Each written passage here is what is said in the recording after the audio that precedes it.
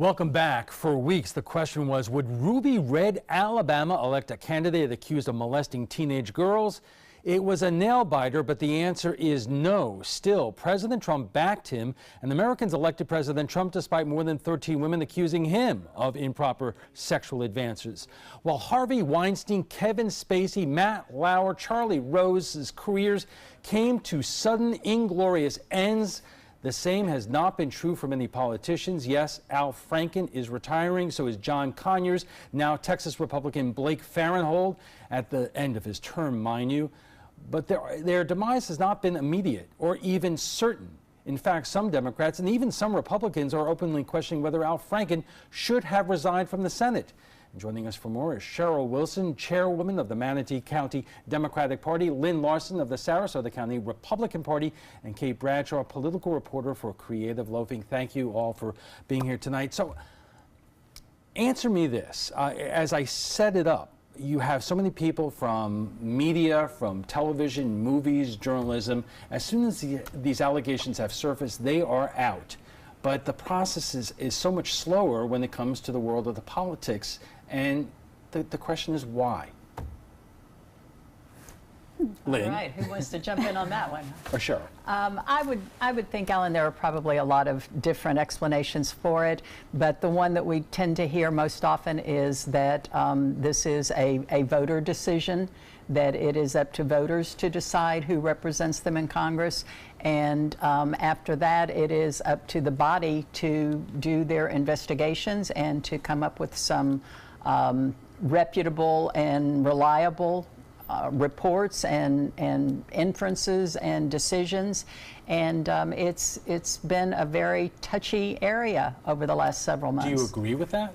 Not particularly. I believe very much that this is an issue whose time has arrived.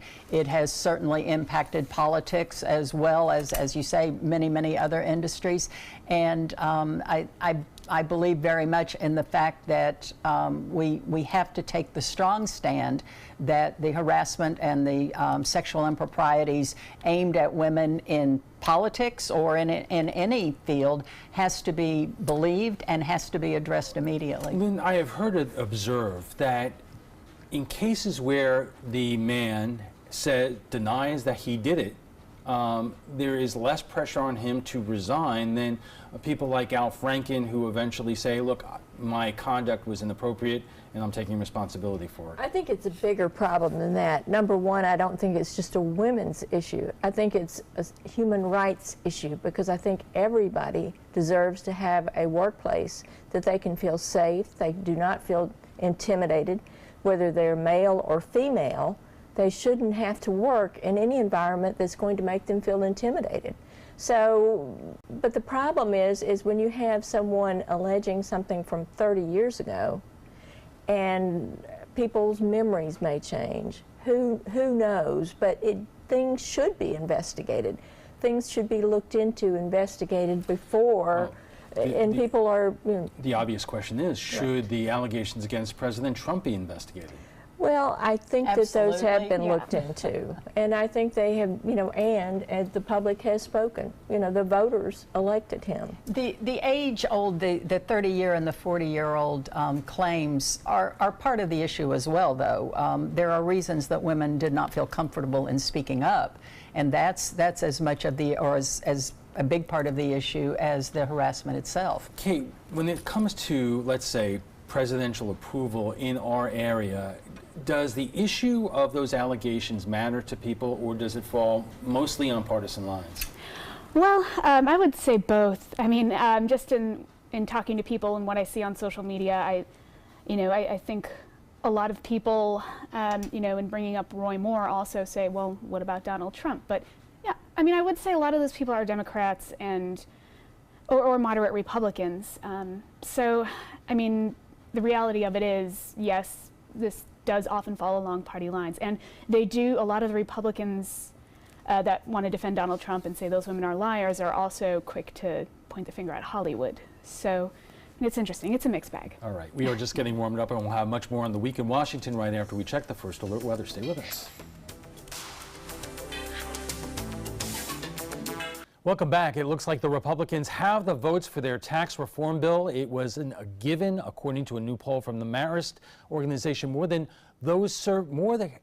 those surveyed believe the tax plan will actually hurt their family finances. And joining us for more is Cheryl Wilson, the chairwoman of the Manatee County Democratic Party, Lynn Larson of the Sarasota County Republican Party, and Kate Bradshaw, political reporter of Creative Loafing. We're going to get to tax reform in a moment, but there were some late developments this afternoon when it was announced that the president's attorneys are going to be meeting with the special counsel about the Russia investigation. The president made some comments about the investigation and about the FBI this morning, and we want to take a quick look at that. I have nothing to do with Russia. Everybody knows it. That was a Democrat hoax. It was an excuse for losing the election, and it should have never been this way, where they spent all these millions of dollars. So, Lynn, every intelligence agency does believe that the Russians interfered with the U.S. presidential election. The president's former national security advisor pled guilty, is cooperating with the government now, and the president at that very moment also says that he doesn't want to talk about a pardon for Michael Flynn yet. We will see what happens. What would you say if the president basically, pardoned Michael Flynn? Well, what did Michael Flynn plead guilty to? He pled guilty to lying to the FBI, not into colluding with the Russians to trying to get Trump elected. So that's what we need to remember of what he pled guilty to. And so he did not disclose a meeting. That does not mean that he worked with them or that the Russian people got, or the Russian, hierarchy got Trump elected. You know how this works. You plead guilty to a lesser charge in exchange for information, and you have to proffer, you have to tell prosecutors what you have to offer. I think you're assuming that, and you make some assumptions. Well, a plea bargain means a bargain. Well, but you're making some assumptions, and really, I think that you need to see when the facts come out as to what it is. And as far as giving him a pardon, we have also, there's a lot of precedents for that, and Hillary Clinton lost all those emails, and nothing was ever done to her.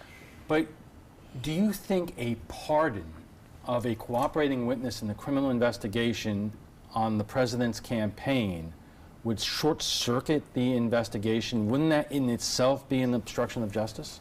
I don't think that it's an obstruction of justice, and I think that it's really, they have been investigating and trying to find something, and I would like to see us move on to something that actually might benefit something.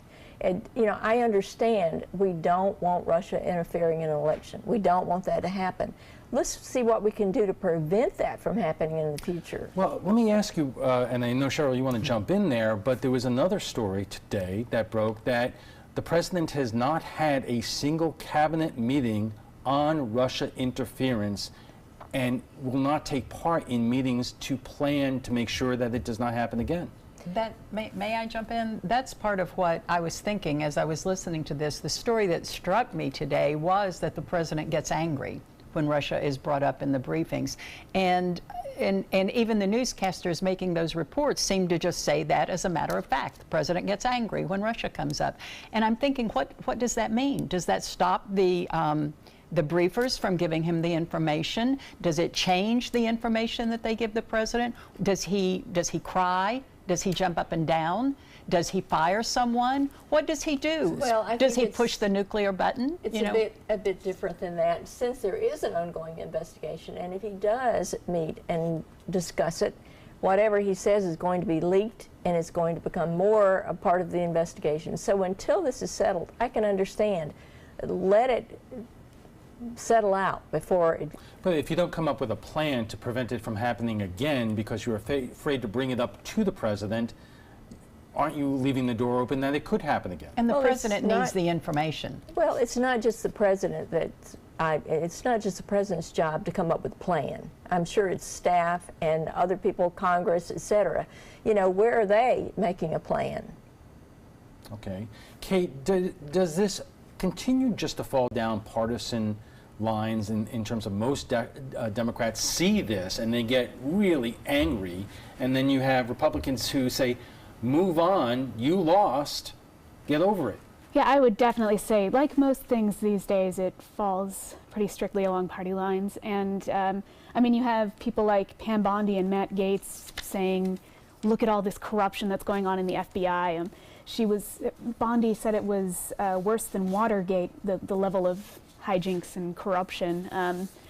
And I mean, it's just interesting that they're kind of turning it into this, like, oh, the deep state doesn't like Trump and are conspiring to get rid of him. And I mean, that's just kind of this, yeah, long story short, party lines. All right, Lynn, I mean, do you trust the FBI as a law enforcement organization? I trust the FBI, but at the same time, the FBI came back with very conflicting information in the last end of the election.